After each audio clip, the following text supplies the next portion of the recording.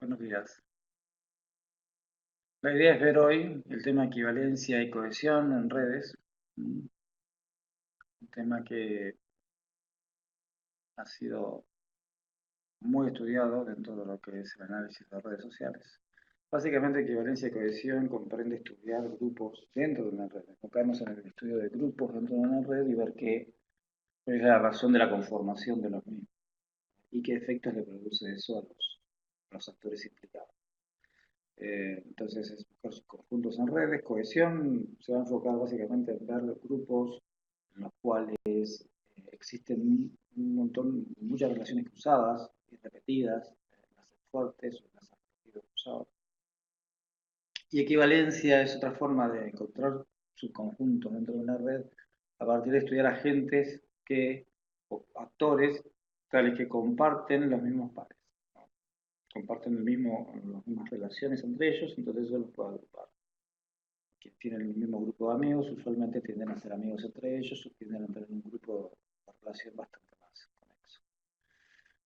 Cohesión tiene que ver con, se desprende de uno espera encontrar en un grupo cohesivo, en un grupo que presente cohesión, normas compartidas, una identidad similar, una conducta, una forma de conducta colectiva y bueno, de cohesión social, de agrupamiento social, de estar juntos. Tiene que ver con unidad y con compartir valores en común y con ser iguales entre sí y con algún rasgo de homofilia, ¿no? Eh, la idea es, bueno, ¿por qué se forman estos grupos y por qué estos grupos de repente se cierran y no arman, no se relacionan, no tienen el mismo grado de relación con el resto de la red? La idea es que las personas que coinciden con características sociales determinadas interactúan con más frecuencia, las personas que interactúan regularmente fomentan una actitud común o una identidad. Estudios de cohesión se iniciaron ya con el mismo trabajo inicial de Moreno respecto a los alumnos de la escuela primaria, donde él buscaba también ver qué grupos se iban formando. Y bueno, y a nivel a escala mucho más grandes están todos los que son los estudios de Rothschild Brown, Elton Mayo y Lloyd Barnard. La idea es que se enmarcan dentro, en el caso de Mayo, de un gran experimento que fue el experimento de Hawthorne, Hawthorne era una planta de la década del 20, de la década del 20, una planta enorme, una planta industrial típica de esa época del Fordismo, ¿no? En plantas industriales con muchísimos empleados.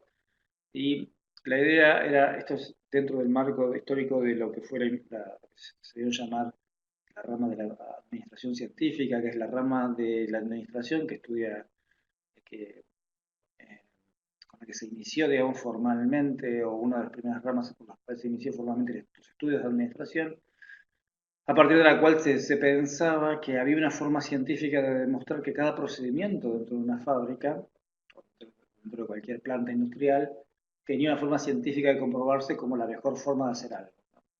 Entonces, a partir de eso se desarrollaron un montón de experimentos con distintas tareas específicas y se buscaba minimizar el esfuerzo, minimizar los costos y maximizar el rendimiento de cada tarea.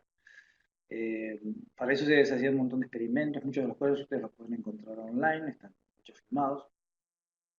Y la idea es que lo que empieza a hacer Mayo es que, o empezar, lo que se empieza a mostrar ahí en esos primeros experimentos es que las primeras modificaciones aumentaban la productividad, pero modificaciones subsiguientes no lo hacían, ¿no?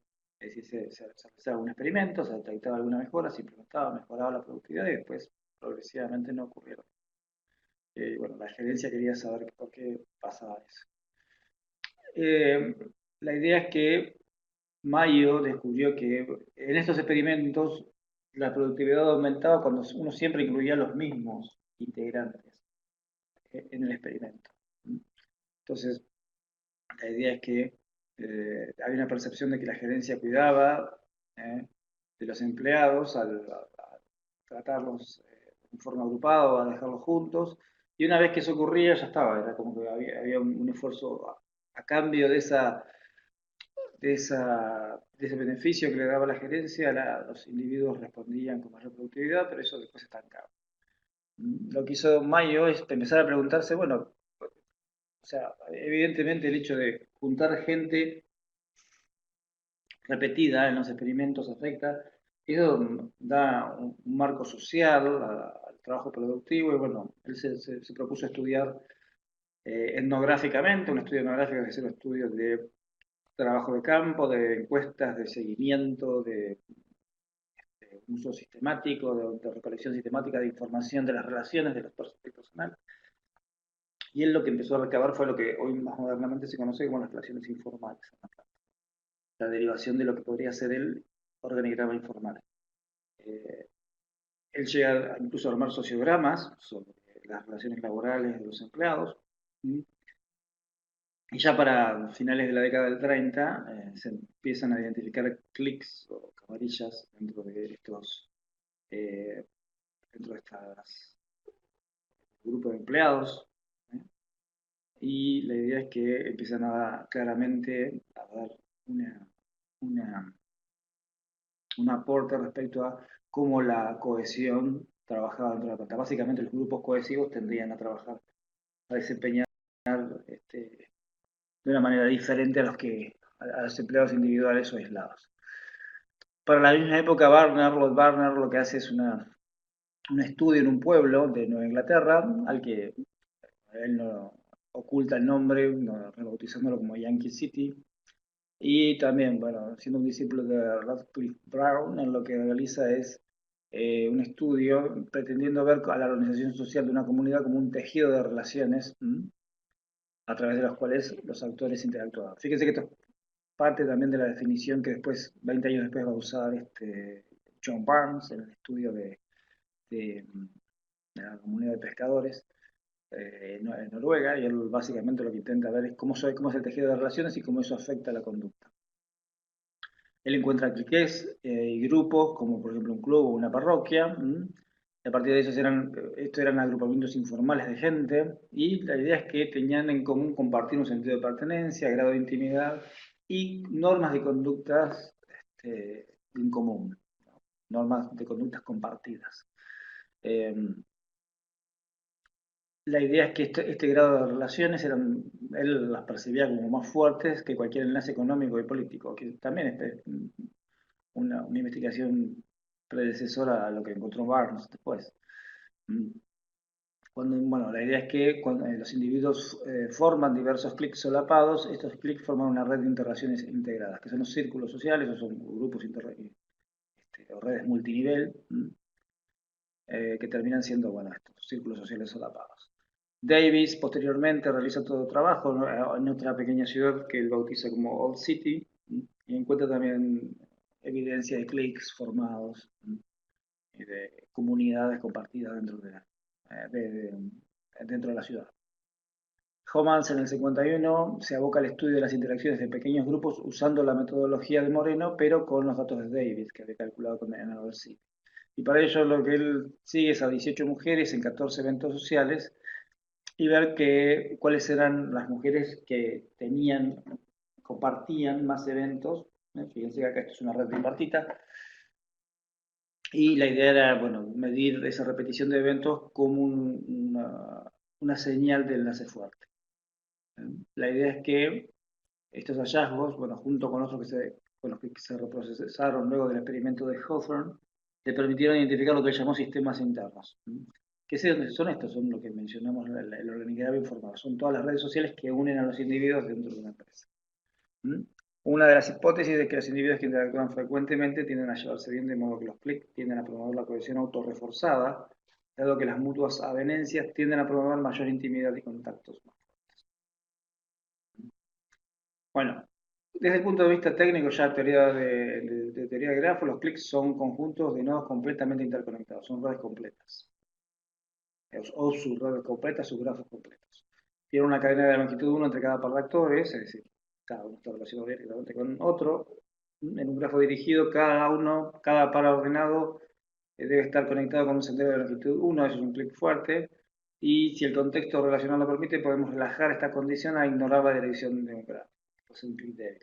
Quiere decir que, bueno, que la relación no necesariamente es simétrica, pero hay alguna manera de poder llegar de un actor hacia el otro a través de algún actor intermedio. Bueno, aún así esta definición no está completa. Hay subgrafos completos que pueden ser máximos, es decir, ningún clic debería estar completamente dentro de otro clic que tenga mayor cantidad de nodos. Entonces vamos a ver un ejemplo ahora. Este sale del libro de los franceses, eh, del libro de índices de redes sociales de Jenny Fossé, una serie de ONGs en un suburbio de Grenoble. La cuestión es que este suburbio, en Grenoble, en Francia, pasó a ser un suburbio rural a uno que estaba más urbanizado con tendencia a clase media alta.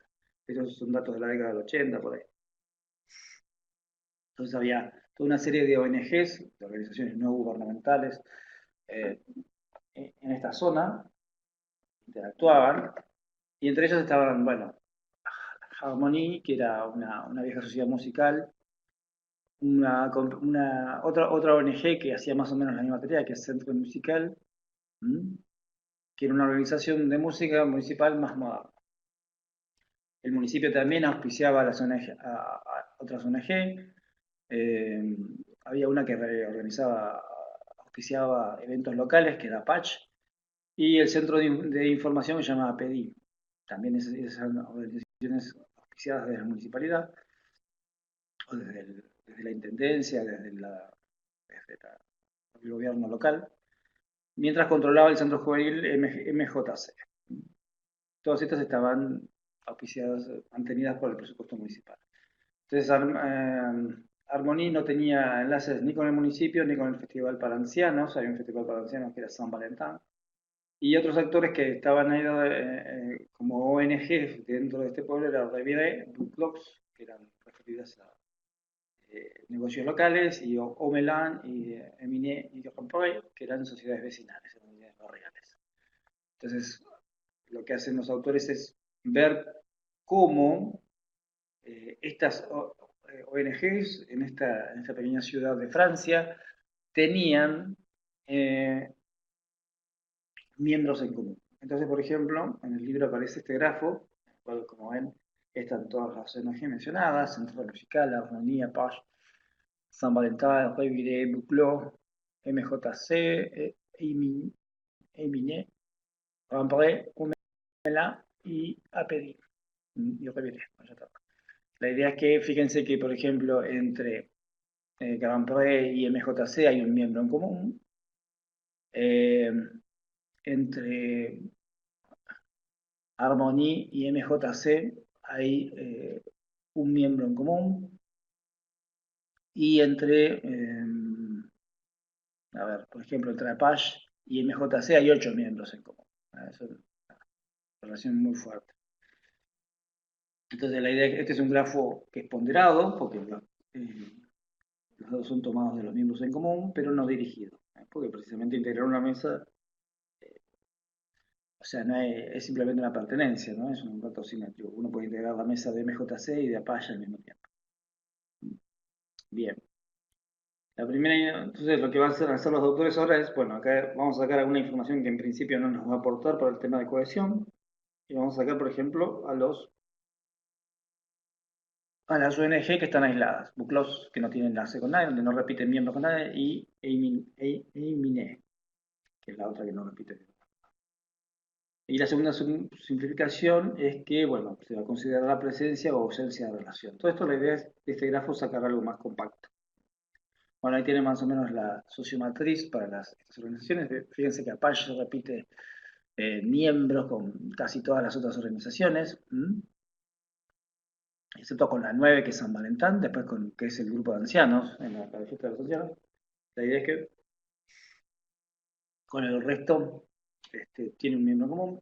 Y así vamos viendo que existen otras organizaciones como MJC, que también tiene un montón de miembros en común. Entonces ahí tenemos, por ejemplo, Apache, tenemos una enorme presencia de Apache en todas las.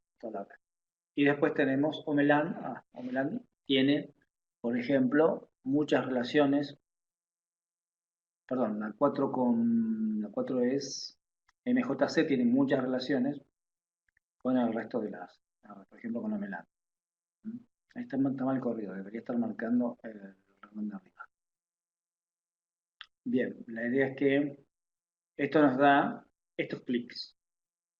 Y ahí tenemos, fíjense que esos son como miembros, son diagramas de Venn, tales que van incorporando los ONG, que son, digamos, las que tienen mayor repetición de miembros en común, y ahí tenemos que Apache y MJC tienen una posición central en el grafo, dado que sus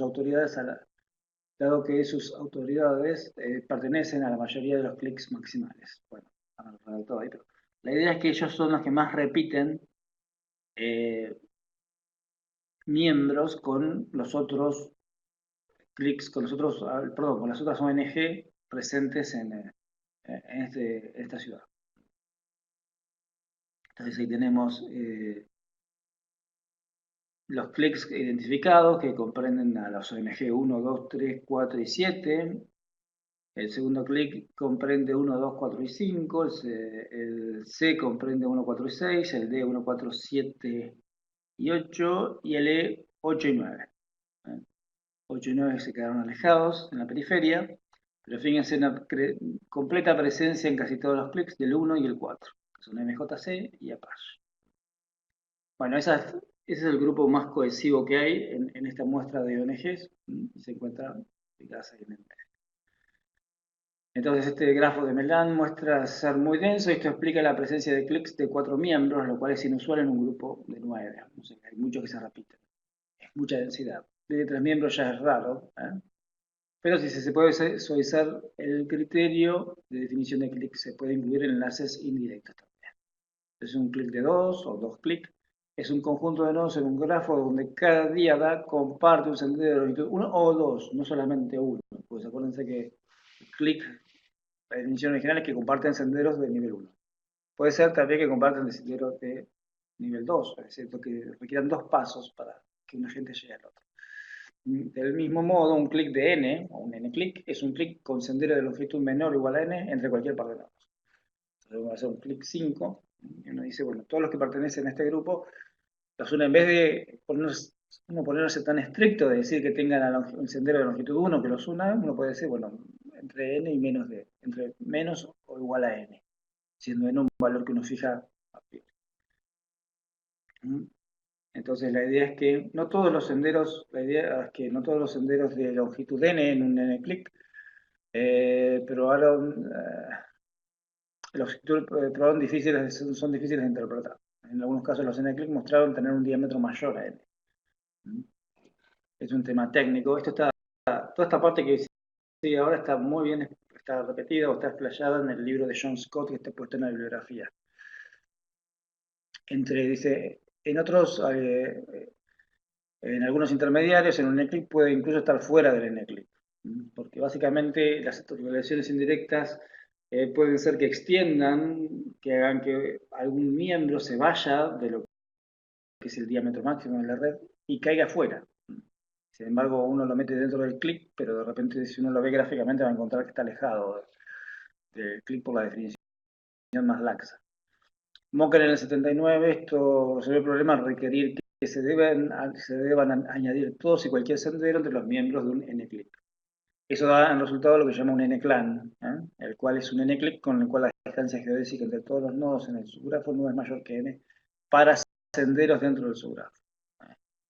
La idea es que se relaja, empiezan a pertenecer al grupo en n-clan todos aquellos que cumplan, que tengan el diámetro de ese subgrupo. Que no se vayan del grupo, sino que queden dentro del diámetro. Bueno, por definición, entonces todos los n-clans son n-clicks. Porque el n-click es la definición más dura, digamos, de n-clan. Y un n-club es un subgrafo máximo de diámetro n, ya trabajando con el diámetro. Un n-club es un subgrafo en el cual la distancia entre todos los nodos dentro del subgrafo es menor o igual a n, siendo n el diámetro. Son definiciones en las cuales, digamos, la idea es, en vez de concentrarnos en una definición de clic de longitud 1, que es muy estricta, ustedes después me van a saber, es muy difícil encontrar una definición estricta de clic en un grafo cualquiera, que tiene que ser un subgrafo completo, y eso es una restricción. O sea, no es tan común encontrar que solamente dentro de un grupo tengan todas relaciones entre todos ellos. Estas son formas de relajarlo, pero uno sale del clic y pasa a definiciones, digamos, más laxas.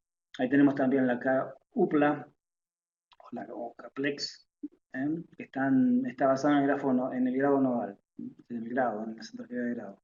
Es un conjunto de nodos tales que cada uno son adyacentes a otros nodos, excepto a K otros.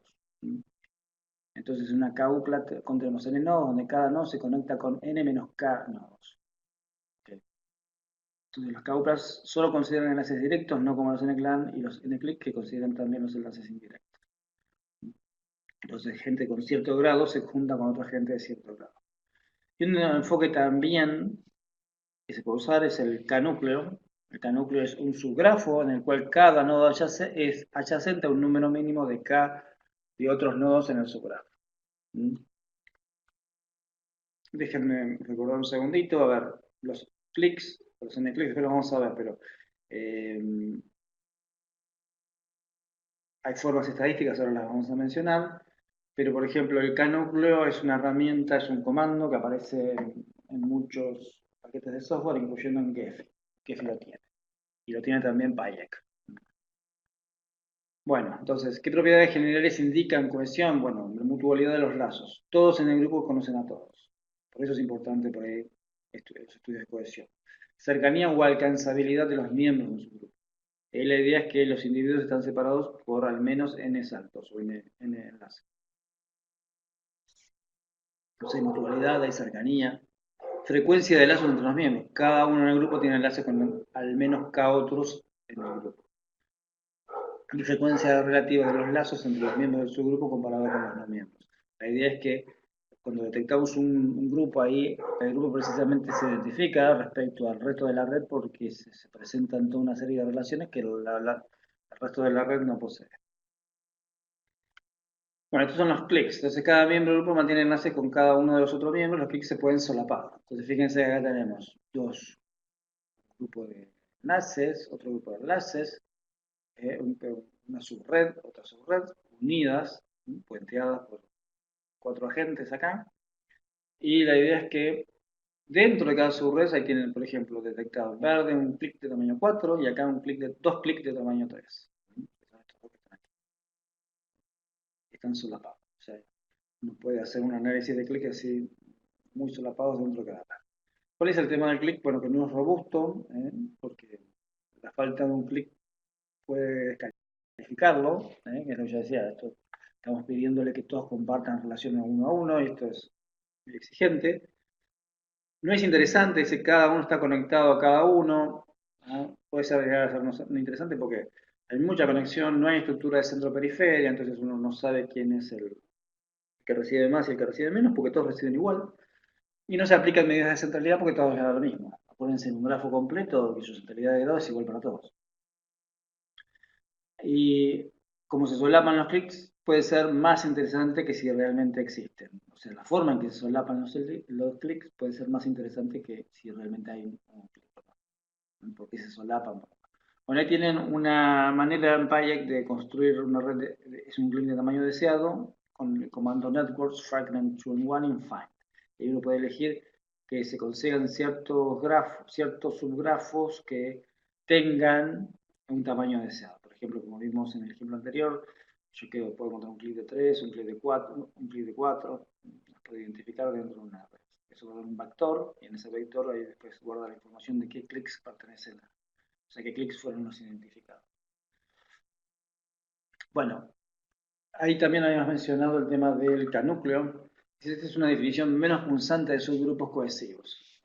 Acá la idea es que cada nodo dentro de un grupo está conectado a otros K-nodos dentro del grupo, que es el core o K-núcleo.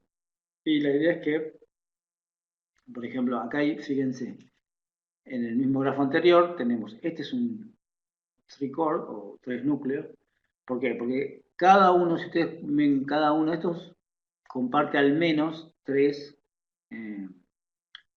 enlaces con sus vecinos, al menos, ¿no? Por ejemplo, este comparte 1, 2, 3, este comparte 1, 2, 3, 4, este comparte 1, 2, 3, este comparte 1, 2, 3, 4, o sea, entre 3, o al menos 3 son compartidos.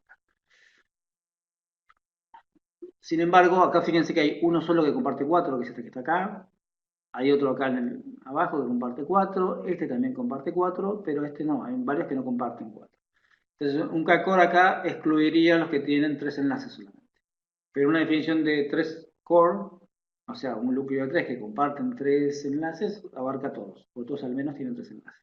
Sin embargo, si yo lo pongo en la red de enfrente, puedo identificar un 4 core, un 4 núcleo, porque todos acá comparten al menos 4 enlaces.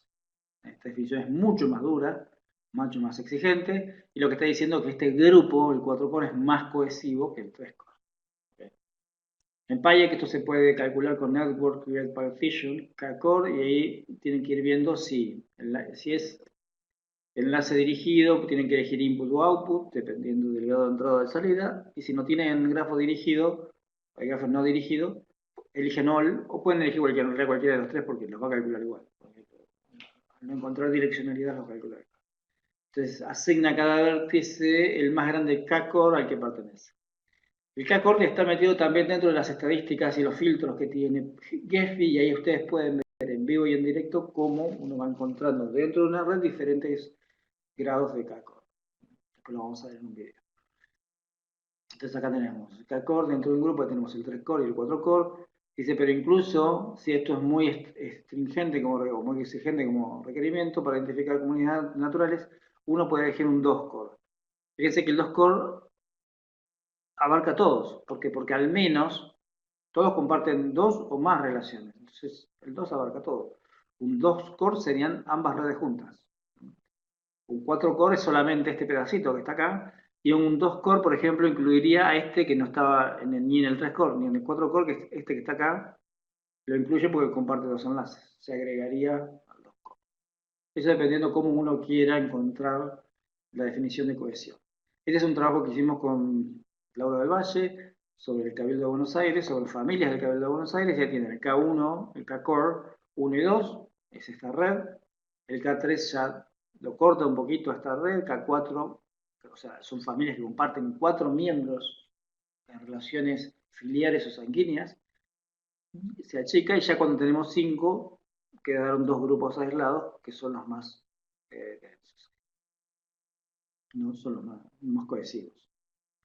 Bien, un n-click también, esto es lo que habíamos visto antes, un n-click es una distancia máxima entre cualquiera de los dos nodos, un subgrupo es n, y ahí tenemos, bueno, 2 n-clicks en la misma grafo de red, y la idea es que la información fluya a través de intermediarios acá, tenemos que en los distintos estamentos aquí la información fluye entre cada uno de los intermediarios, y es una forma también de, fíjense que acá los 2 clics,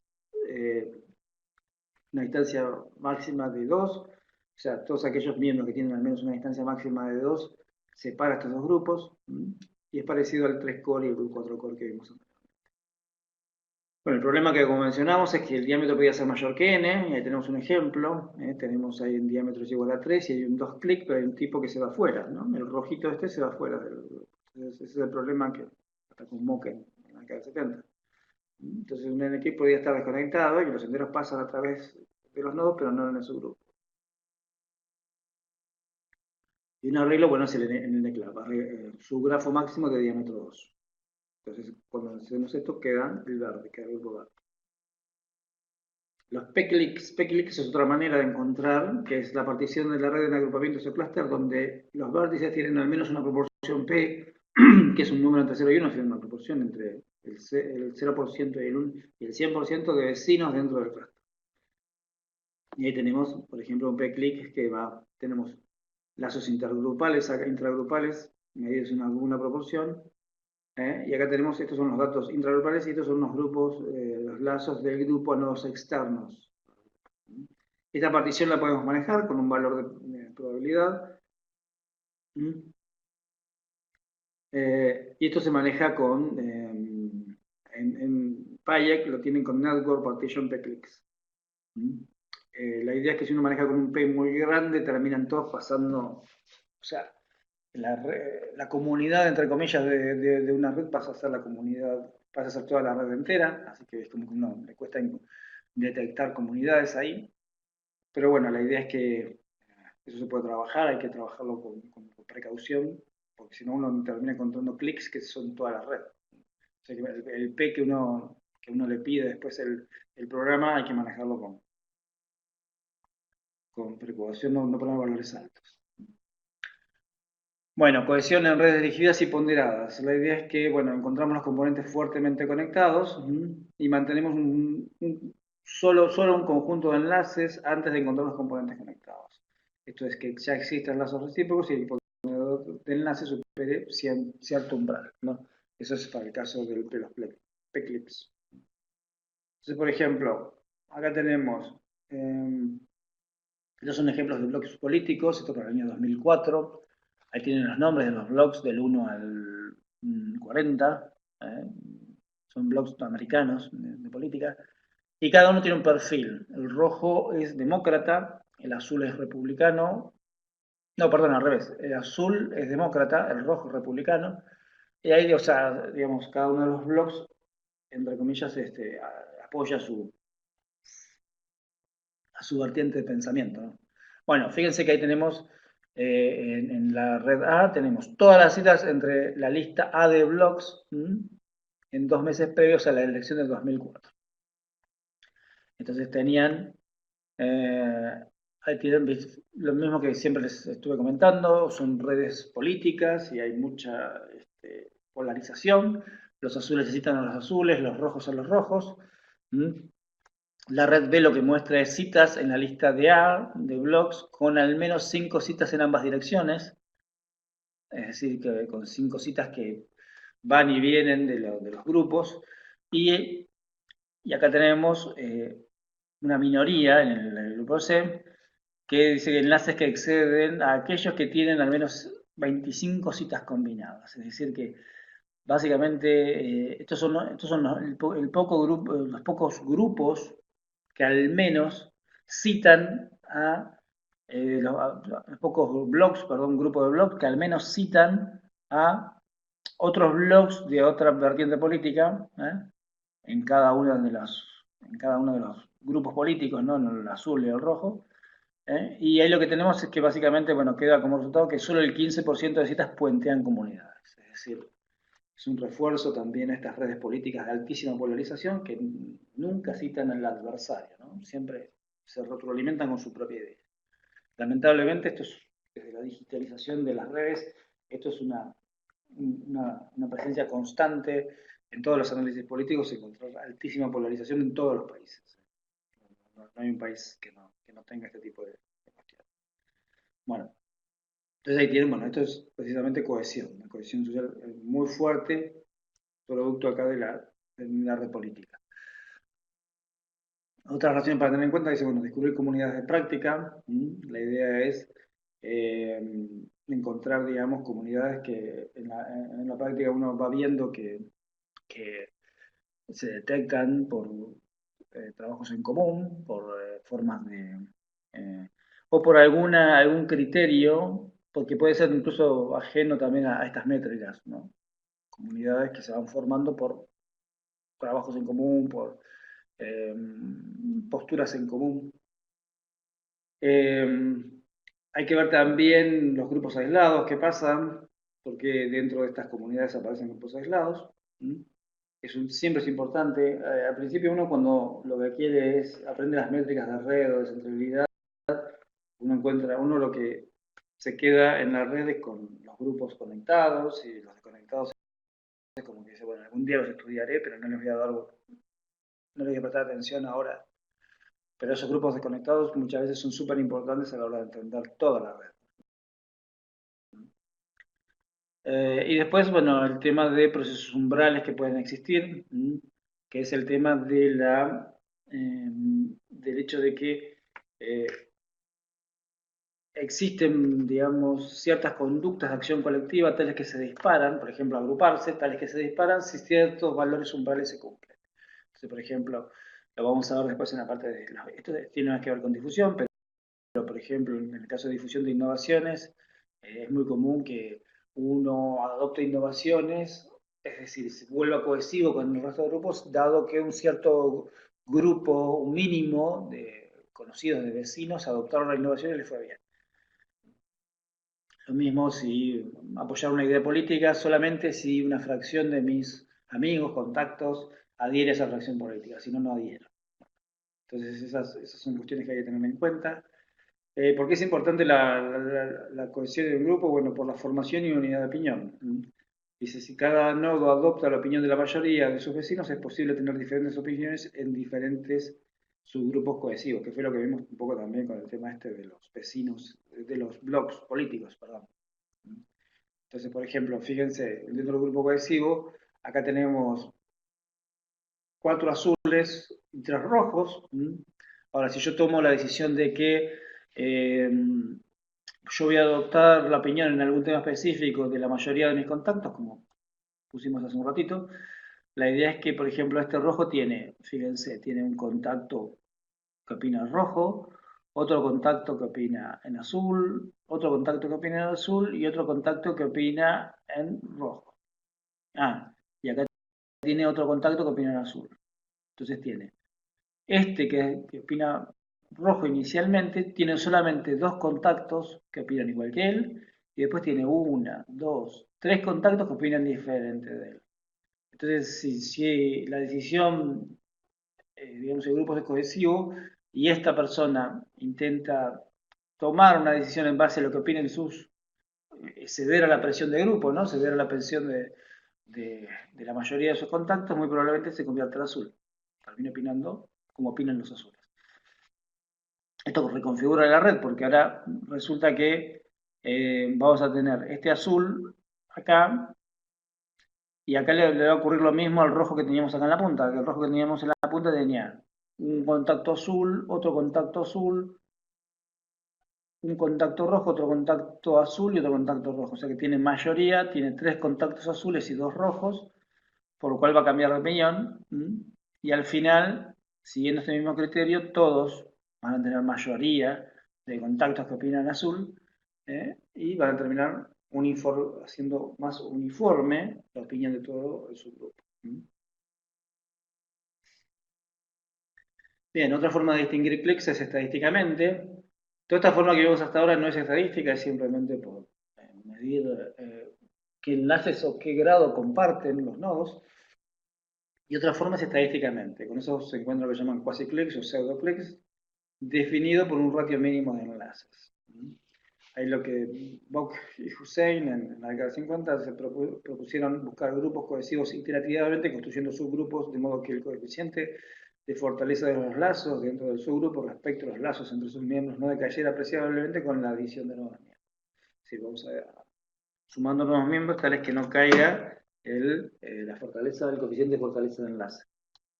Entonces, para 1940, antes de eso, en 1948, Loomis y otros ejecutaron un gran estudio de campo en la zona de Turrialba, en Costa Rica. Estaban interesados en el impacto de los sistemas sociales formales e informales sobre el cambio social. Entre otras cosas, investigaron las relaciones de visitas entre familias que vivían en las haciendas en un vecindado llamado Atiro. Los vínculos de la red de visitas, elaborados en una figura que ahora vamos a ver, es un grafo dirigido simple. Cada arco representa visitas frecuentes de una familia a la otra. Y el número de visitas no se ha registrado. El número exacto de visitas no se ha registrado. Es decir, cuántas visitas le realizan, una familia realiza a otra. Que tienen los autores, que son Loomis, Morales, Clifford, Leonard, y el libro, que es del año 53. Este es el grafo, no sé si se ve bien ahí, está muy oscuro. Pero bueno, ahí tienen, estas familias están numeradas, están codificadas, y ahí tenemos un montón de familias que se visitan mutuamente, y acá tenemos una familia 68, que fíjense que tiene un montón de enlaces que todo el mundo la visita, aparentemente. Bien, la significación entonces propusieron una clasificación etnográfica de las relaciones entre familias en 6 grupos de amistad, o de familia, de amistad de familia o criterios sustantivos. En las zonas rurales donde hay poca oportunidad de moverse hacia arriba y hacia abajo en la escalera social, los grupos sociales se basan generalmente en relaciones familiares. Entonces la figura siguiente se muestra los componentes fuertes de la red respecto de visitas. Cada componente fuerte de una red es un vértice que es manualmente delineado en su contorno, por un contorno.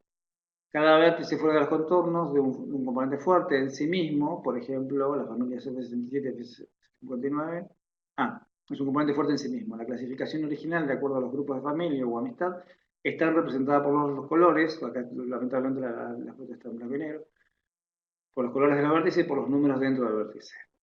vemos que el componente débil grande se divide en varios componentes fuertes pequeños, algunos de los cuales se aproximan a las agrupaciones de amistad de familia, por ejemplo, grupo, familia, amistad 1 y el de las 7. Ahí tenemos, fíjense. Estos son familias, grupos que están densamente conectados por esta red de visitas. Y ahí tenemos, por ejemplo, fíjense, hay 10 visitas acá, 10, acá, entre ellas hay 7 visitas entre este grupo familiar. Y hay distintos grupos acá, que cada uno de los cuales mantienen muchas visitas con estas familias que integran los grupos delineados, ¿no? Por los contornos. Y ahí tenemos grupos, por ejemplo, acá tenemos el grupo principal, este del medio, perdón, este del medio, que mantiene un número de visitas muy alto entre sí. Son grupos, digamos, fuertemente conectados. Entonces, una forma de distinguir subconjuntos en una red es agrupar a individuos o posiciones sociales de acuerdo a las relaciones que ellos mantienen con otros de igual equivalencia. Ahí entramos en el tema de equivalencia. Entonces, son redes que comparten nodos, comparten los mismos pares, perdón. Por ejemplo, el caso de doctores y pacientes. Ahí tenemos doctores entre sí son equivalentes, contra pacientes entre sí que son equivalentes.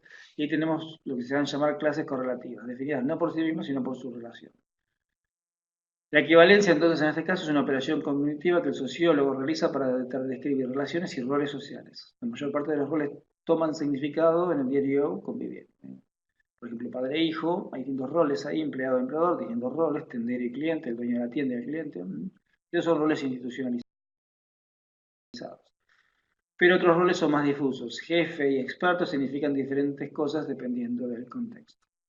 Entonces, por ejemplo, si supongamos que estamos trabajando con una relación entre actores representadas por el siguiente gráfico. Tenemos una relación dirigida de A hacia B y C, y de B hacia D, y de C hacia D y E. Eso se representa en la matriz de adyacencia que está aquí, al costado. Y ahora dice, vamos a clasificar a los individuos en un modo que represente de la mejor manera la estructura. Tomemos A, B, tomemos a B y a C, y luego a D y a D, aislemos a A. Y ahora creemos las clases 1, 2 y 3, tal vez que la 1 comprende la A, fíjense que es una especie de jerarquía esto, la 2 a la D y a la C, y la 3 a la D y a la E. Entonces creamos las clases, y fíjense que esta subred se agrupa, se disminuye su dimensionalidad hacia esta otra que está aquí.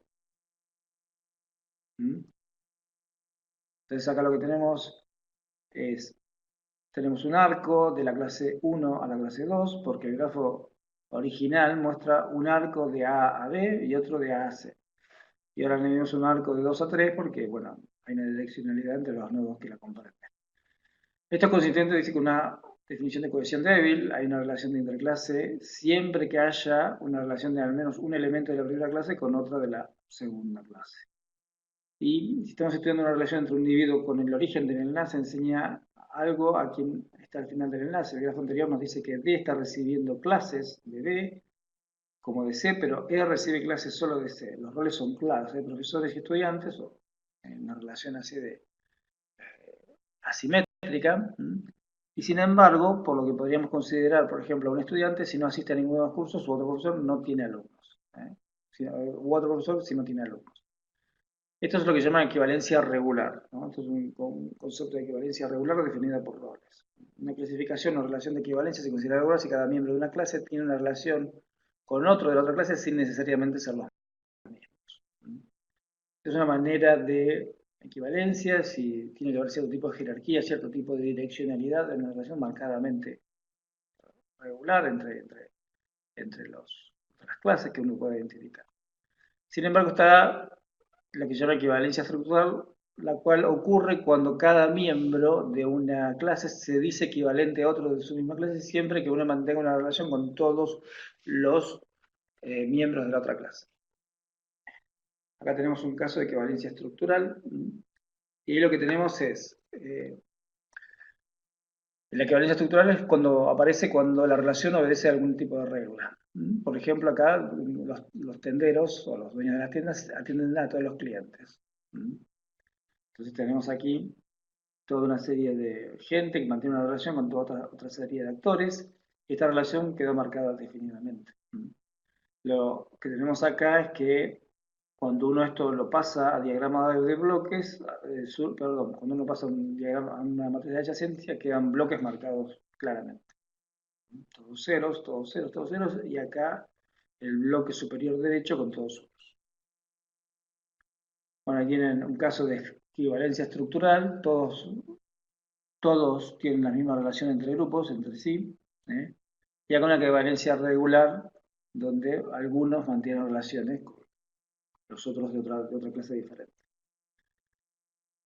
¿Qué pasa si hacemos una modificación? Y acá la idea es que en la clase ABC, que es esta, aparece una relación y de y ahí aparecemos un caso de equivalencia regular, ¿no? Y aparece una relación entre B y C. En el arco B y C incluye un ciclo o un loop. Este loop interno, la regularidad requiere que cada elemento de una clase esté al inicio y al final de cada relación, que este no es el caso. Y algunos profesores acá pueden ser estudiantes. Este es un caso en el cual se hace una pequeña modificación. Si vamos al caso de Milán, de Milán, del caso de este suburbio de Grenoble, acá lo que tenemos es que Apache y MJC tienen exactamente las mismas relaciones hacia las otras organizaciones. Cuando se mezclan con API y centro musical se obtiene una equivalencia regular. También lo ven marcado con bloques, tenemos un bloque completo de ceros. El problema acá es que bueno, aparecen Armón y San Valentín, que son estos dos que están aislados. Es un problema de equivalencia, de irregularidad en la equivalencia. Entonces, una vez que uno detecta esto, uno lo que puede reducir, fíjense que la idea es reducir la dimensionalidad del grafo anterior, y ahí tenemos una relación de equivalencia estructural acá, equivalencia regular, perdón, acá, entre Apache, MJC, Centro Musical y APD, con un bucle, una retroalimentación, que mantiene relación con un segundo grupo de ONGs, que son RBD, Omelin, Grand y Harmony, y San Valentín queda aislado. Y ahí queda, digamos, reducido el diagrama por equivalencia regular acá. Bueno, la diferencia acá, ¿por qué se producen? Bueno, una vez que uno detecta esto, está bueno siempre ir a buscar, digamos, cuáles son los atributos monádicos que hacen que expliquen en parte esta conducta. Bueno, Apache, MJC, Centro Musical y APD, todas las del Grupo 1 reciben un fuerte apoyo municipal, que son las que integran parte del presupuesto municipal, y Reviré, y bueno, las del Grupo 2 son todas organizaciones variables, organizaciones de barrio. Así que ahí está parte de la explicación de por qué se relacionan mucho entre ellos. Bueno, y ahí entramos a lo que es la aproximación estadística de equivalencia. Los métodos de equivalencia estructural suponen que todos los individuos dentro de un clúster disfrutan exactamente de las mismas relaciones que los otros. En una matriz, las filas y las columnas para dos individuos,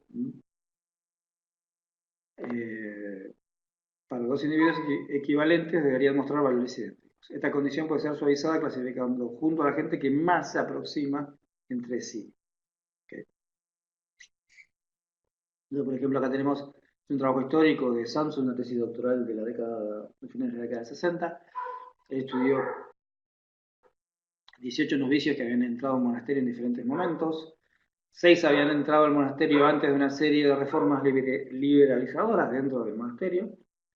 2 de los 12 que arribaron después de las reformas habían arribado después de las reformas y habían atraído a 5 partidarios, que yo llamamos Young Turks. Entonces había 6 iniciales, 2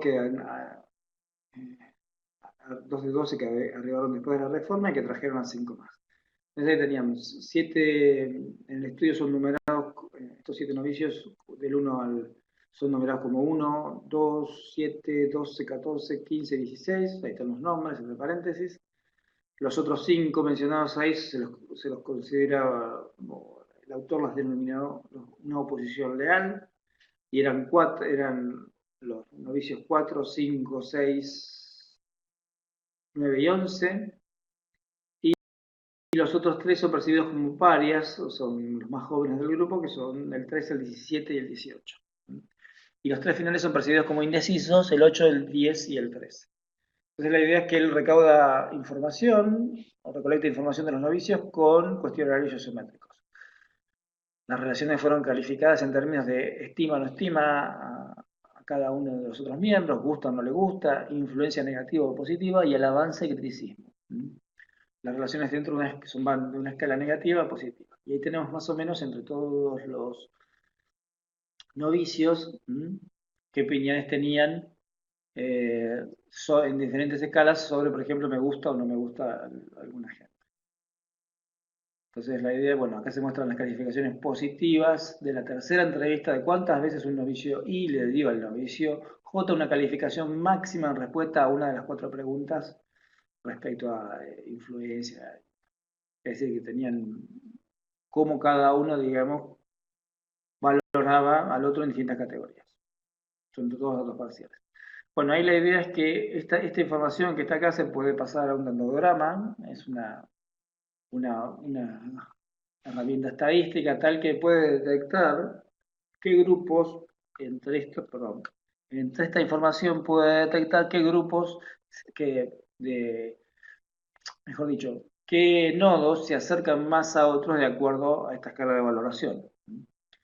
Entonces acá pone un valor umbral, un threshold, que divide básicamente, fíjense, pasa la línea aquí, este es el valor umbral detectado estadísticamente, define 3 grupos grandes, acá. 2 que están cercanos entre sí, que son estos dos, y uno que está alejado. Y ahí, cuando los pone, digamos, dentro de la escala de definiciones, ahí están los 3 grupos. Y ahí tenemos el primer grupo a la izquierda, son los young turks, los que entraron en último lugar. Jóvenes, la posición leal e indecisos, son los que están agrupados, eh, digamos, en el medio. Y finalmente, los parias están ubicados bien a la derecha. La idea es que estadísticamente uno puede determinar o sea, detectar a través de los que son las respuestas sociométricas, distintos grupos dentro de lo cual el tema de equivalencia estructural es que cada uno de estos internamente son equivalentes estructurales, son iguales entre sí. Pero ahí la idea es que tenemos una muestra, una definición estadística y ahí tenemos básicamente 3 grupos detectados.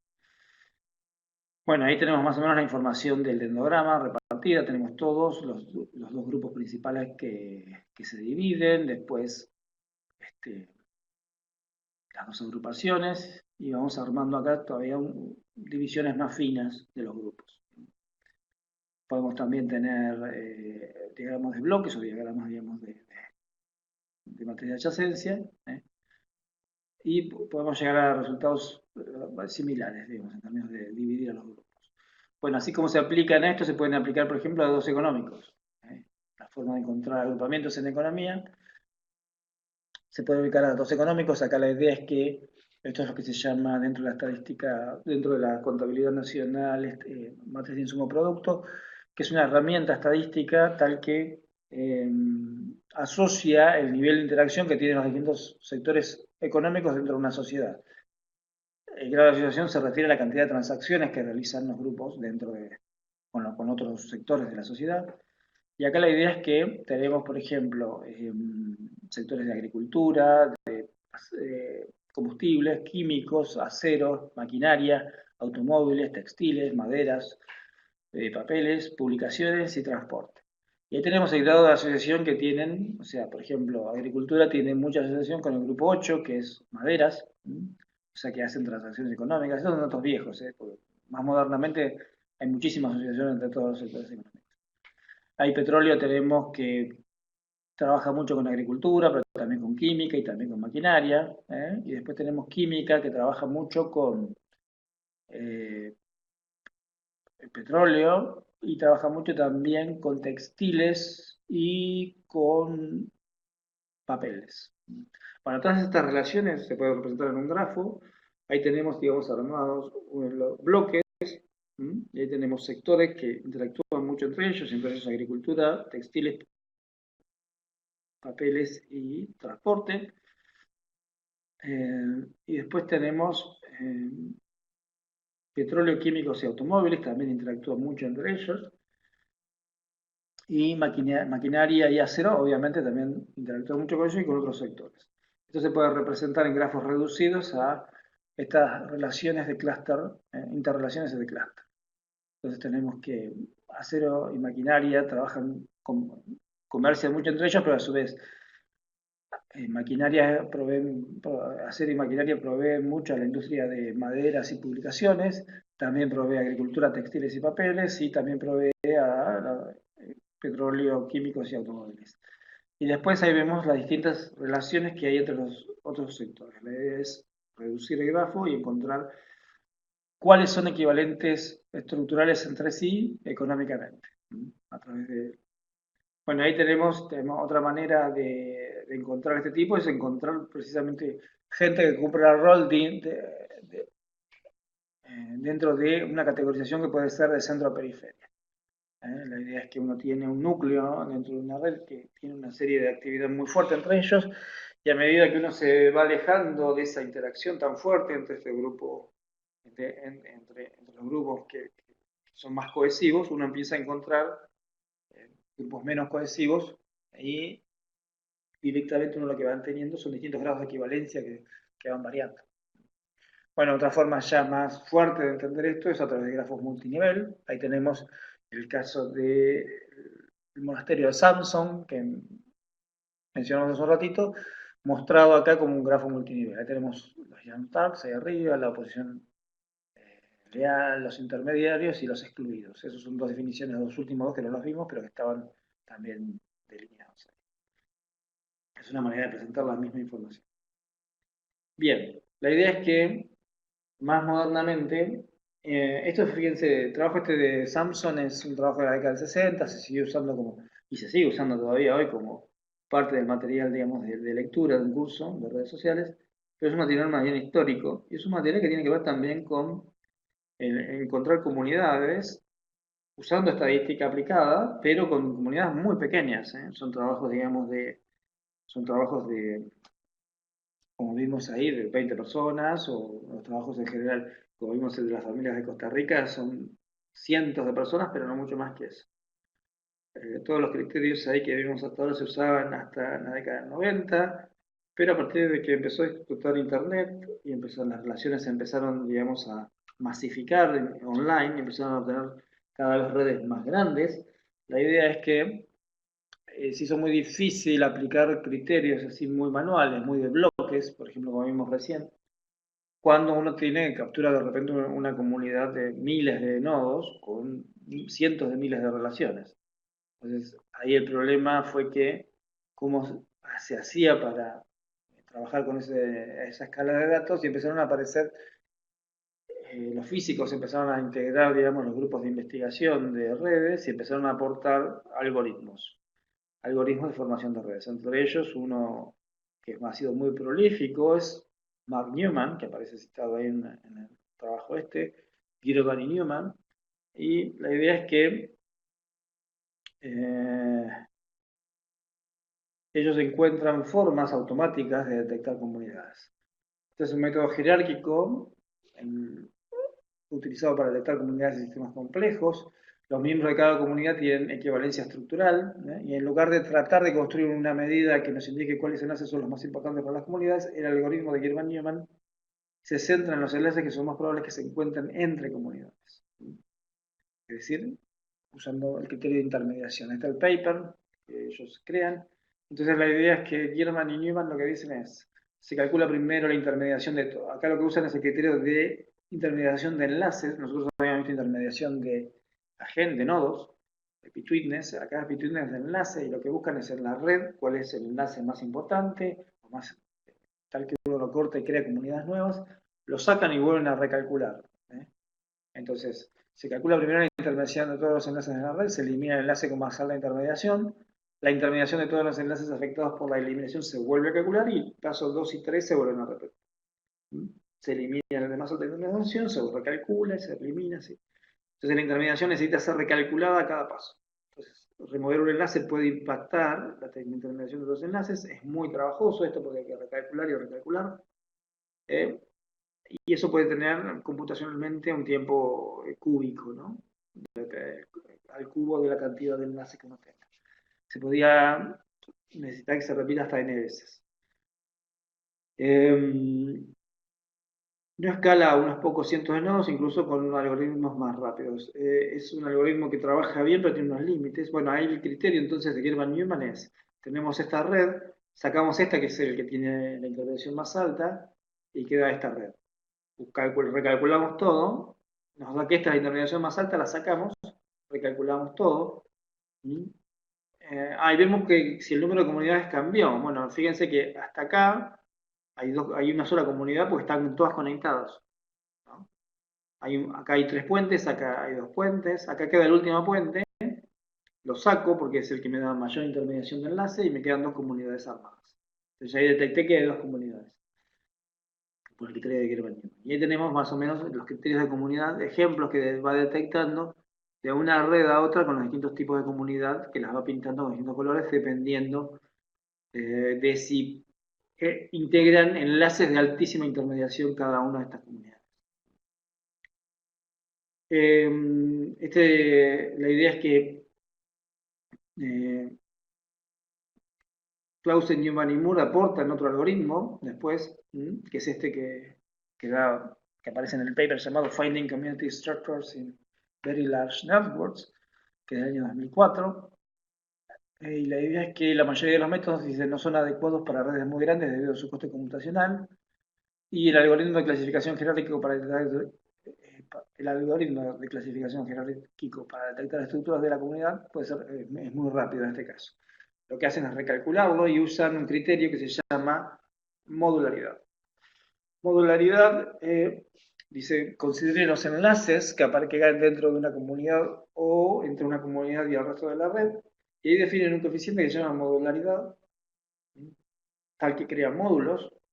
La idea es que se maximiza un coeficiente, un Q, tal que está comprendido, incluye la información de la matriz de adyacencia, incluye un coeficiente de la probabilidad de un enlace entre dos nodos sea proporcional a sus grados, que está ahí marcado, y finalmente dice si los nodos están en la misma comunidad también están siendo considerados. En una red aleatoria este valor tiene que dar 0, y el número de enlaces dentro de una comunidad no es diferente al que uno esperaría. ¿Cuál es el criterio de modularidad? Modularidad lo que va a decir es comparar siempre cualquier red contra una red aleatoria. La red aleatoria, cuando se forma, ¿qué implica una red aleatoria? Que yo voy tirando yo tomo un número n de nodos y los voy asociando tirando una moneda al aire. ¿Okay? Yo digo A se junta con B, si sale cara o sale C. Si sale cara se junta, si no, no se junta. Y así voy armando todos los enlaces de toda la comunidad. Si uno hace eso, fíjense que ahí no hay un criterio volitivo de los agentes o de los actores para formar una comunidad. Simplemente si se formó una comunidad, se formó completamente al azar. Y el azar tiende a digamos, a regular este valor de tal modo que esa comunidad que puede existir ahora, si yo la calculo en una red aleatoria, va a desaparecer, hay una probabilidad de que desaparezca fuertemente en el próximo periodo si lo vuelvo a recalcular. Entonces, todas las estructuras de red se comparan contra una red aleatoria. Fíjense que acá el caso de red aleatoria nos da un Q igual a 0. Un Q igual a 0. Entonces, comparamos la métrica que encontramos contra un valor igual a 0 y vemos si es estadísticamente significativo. Si es estadísticamente significativo, lo que me dice que es lo que yo acabo de encontrar. Si yo encontré un grupo de nodos aislados, de nodos agrupados, perdón. Si yo lo acabo de encontrar, no es aleatorio. Algo ocurrió. Lo estoy comparando contra un grafo aleatorio, me dice que es significativamente diferente, entonces lo que me está diciendo es que no es aleatorio. Y si no es aleatorio, ¿qué pasó? Bueno, evidentemente ha habido algo volitivo, alguien ha actuado voluntariamente para salir de la aleatoriedad e ir a algo que no sea aleatorio, que tenga una forma detectable, de tal modo que es una comunidad armada por voluntad de la gente. ¿Okay? Entonces, o por, digamos, algún criterio inteligente, no azaroso. Modularidad va a crear comunidades siempre comparándolas contra si ese resultado hubiese sido aleatorio. Si es distinto aleatorio, uno entiende que hay una comunidad ahí formada humanamente, formada por criterios humanos. Bueno, el algoritmo lo que va a hacer es empezar con todos los vértices aislados y seguir una estrategia voraz. Sucesivamente ir uniendo clúster con mayor incremento del delta Q, que es este criterio de modularidad. ¿Mm? Y cuando el criterio sea la variación sea sea negativa o igual a cero, entonces es el máximo posible de unir dos clústeres que se hallen. Bueno, la cuestión es que a medida que va creciendo la modularidad, yo voy cerrando los grupos ahí y sigo explorando el resto. Bueno, ¿cuál es el tema de Clausen, Newman y Moore? Es que trabaja trabaja con redes grandes, con más de 400.000 nodos y más de 2 millones de enlaces. Fue implementado por la gente de Amazon para trabajar en sus criterios de comunidad, armado el website de Amazon. Y alternativas para alcanzar el modularidad óptima es el alineamiento simulado en vez de alineamiento algoritmo BRAS. Bueno, son criterios computacionales. Eso. ¿Mm? Después apareció el algoritmo de Wakita Surumi. Wakita Surumi el tema es que el Clausen-Newman-Moore no escala bien para redes de más de 500.000 nodos. Fíjense que estamos hablando, cuando hablamos, por eso les digo que el tema de Clausen-Newman-Moore o la aparición de los físicos, lo que hizo fue trabajar en la escala de la red. Imagínense no sé, a Jacob Levi Moreno trabajando con 500.000 nodos. A mí se lo hubiese cruzado por la cabeza. Es un tamaño de red imposible de pensar, estimar mediante técnicas tradicionales en la década del 30, en la década del 40, en la década del 80. Se escaló a un tamaño enorme, entonces se necesitaban soluciones computacionales. El algoritmo Wakita-Tsurumi aporta una solución computacional al Clausen-Newman-Moore en redes de mayores de 500.000 nodos. Entonces se presenta tres tipos de indicadores, que en realidad ahí los llama índice de consolidación, para controlar el proceso de análisis de comunidad tratando de equilibrar los tamaños de las comunidades que se pueden fusionar. En ese sentido es más eficiente que los Newman-Moore. El tema es que los índices de consolidación son un objeto abstracto que no se entiende bien de dónde viene. Entonces, ahora después vamos a ver un ejemplo, pero Gita Surumi es muy raramente citado en la bibliografía. ¿Okay? Si bien, obviamente, técnicamente es mejor que el Clausen Newman-Moore, uno no sabe en definitiva qué terminó siendo. Terminó siendo un índice híbrido ahí en el medio. Tenemos, por ejemplo, una red aleatoria libre de escala. Libre de escala quiere decir, ahora después lo vamos a mencionar, pero quiere decir que tiene muy pocos nodos con muchísima interacción y muchísimos nodos con muy poca interacción. Y es aleatoria. O sea que se han formado con nodos aleatorios. Tiene una cantidad de nodos de 1000 y una cantidad de enlaces de 2000. Bueno, si uno aplica a esta comunidad, a esta misma comunidad, uno aplica Clausen-Newman-Moore, encuentra 18 grupos. ¿Okay? Si bien es aleatorio la red, pero tiene la propiedad de que es libre de escala, va a encontrar grupos. Pero el Clausen Newman encuentra 18 grupos. Si uno aplica el Wakita Surumi, que como ya les dije recién es más fino y tiene un índice más sensible a detectar comunidades, con índice de consolidación detecta 41 grupos en la misma red, son la misma red de arriba, la misma red de acá arriba, en la que acá Clausen Newman detectó 18 y Wakita Surumi detectó 41. Y si uno aplica el Gerba Newman, está en camino intermedio, ¿no? Encontró 31 grupos, ¿no? Entonces la idea es que cada uno de estos grupos tiene una distinta granularidad para detectar, ¿no? Tiene un grado de fineza, y eso depende de lo que uno necesite. A ver, y ahora, hablando más técnicamente, más en términos de publicaciones, uno encuentra publicaciones más que nada usando Gerba Newman, que es el que está acá en el medio, porque es el más conocido. Yo realmente no he encontrado papers que usen el Wakita Tsunami, y el Clausen Newman también es citado por algún que otro paper. Ahora, si ustedes van más modernamente y ustedes quieren utilizar algoritmos de agrupamiento, yo les diría que le presten atención al BOS y al Luban, los criterios de Luban, que usan modularidad, pero que son altísimamente citados y hay una especie de concordancia en la literatura académica de usar esos métodos que se basan en modularidad, como se basaba el Clausen Newman, pero con una serie de criterios adicionales, y esos están presentes en el PALEC. Bueno, ahí tenemos modularidad y agrupamiento, bueno, es lo que más o menos les había contado. Es una medida de la estructura de los redes de grafos.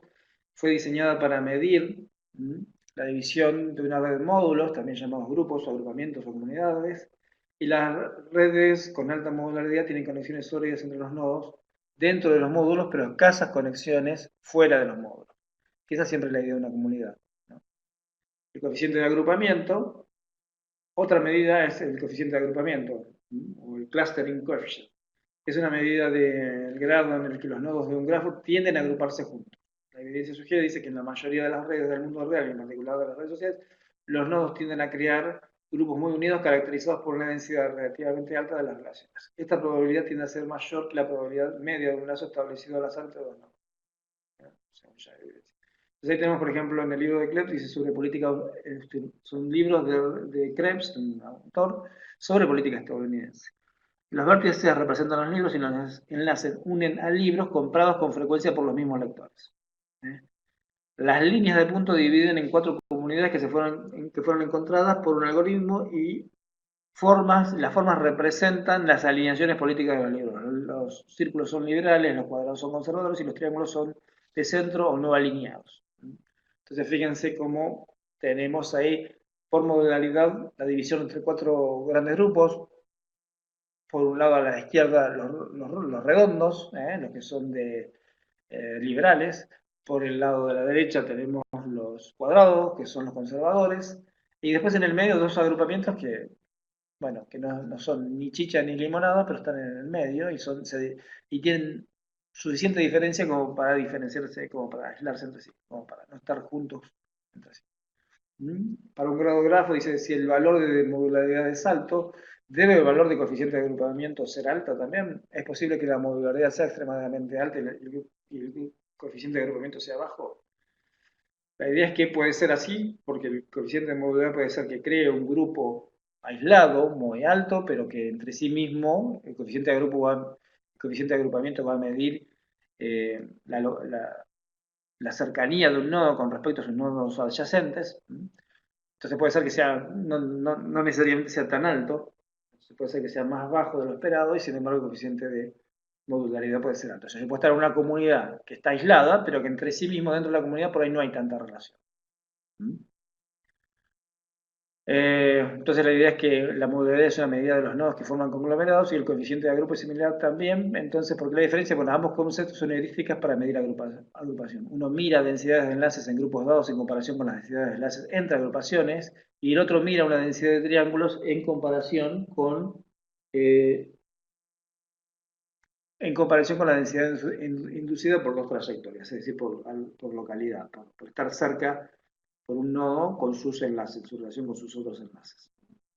Dice, es muy fácil de construir un grafo de alta modularidad y coeficiente de agrupación muy bajo. Por ejemplo, solo hay que tomar un número de grafos bipartitos balanceados completos sin enlaces entre sí y hacer de cada uno su propio grafo. Entonces, no hay triángulos, por lo que los coeficientes de agrupación es cero y es muy denso, un medio en cada grupo y también tiene muy alta modularidad. Entonces, la idea es, si se desea medir, por ejemplo, la agrupación sexual de una red estrictamente heterosexual, mejor no utilizar el coeficiente de agrupamiento porque, digamos, no se cruzan todos con todos. Bueno, ¿cómo se encuentra entonces esto? Acá tenemos, por ejemplo, en Payek tenemos network, en la línea de comandos network create partition, y ahí tenemos communities, y ahí tenemos dos conceptos que yo les había mencionado, que son conceptos de creación de agrupamiento mediante modularidad, que son el line method y el box clustering, el BOS clustering. Los dos usan modularidad como concepto básico para crear agrupamientos. Y después yo les había mencionado antes en clase los K-core, que ahí lo tenemos por grado de entrada, grado de salida o el grado completo. K-neighbors, cuántos vecinos en común tienen ciertos grupos de gente, es otro criterio de crear comunidades. Componentes pueden ser fuertes o débiles. Débiles si son no dirigidos y fuertes si son dirigidos. Block modeling, tiene que ser menos de 256 nodos, ojo con eso, hay un bloque de un límite de tamaño. Tenemos bow tie, después lo vamos a ver en particular a bow tie. Y pclicks también. Wikostron también, dependiendo si son dirigidos o no dirigidos. En Node Excel Basic tenemos también grupos, eso está habilitado en la parte gratuita. Uno puede cargar una red en Node Excel y encontrar los grupos por clusterización. Ahí dice por Cluster Newman Moore,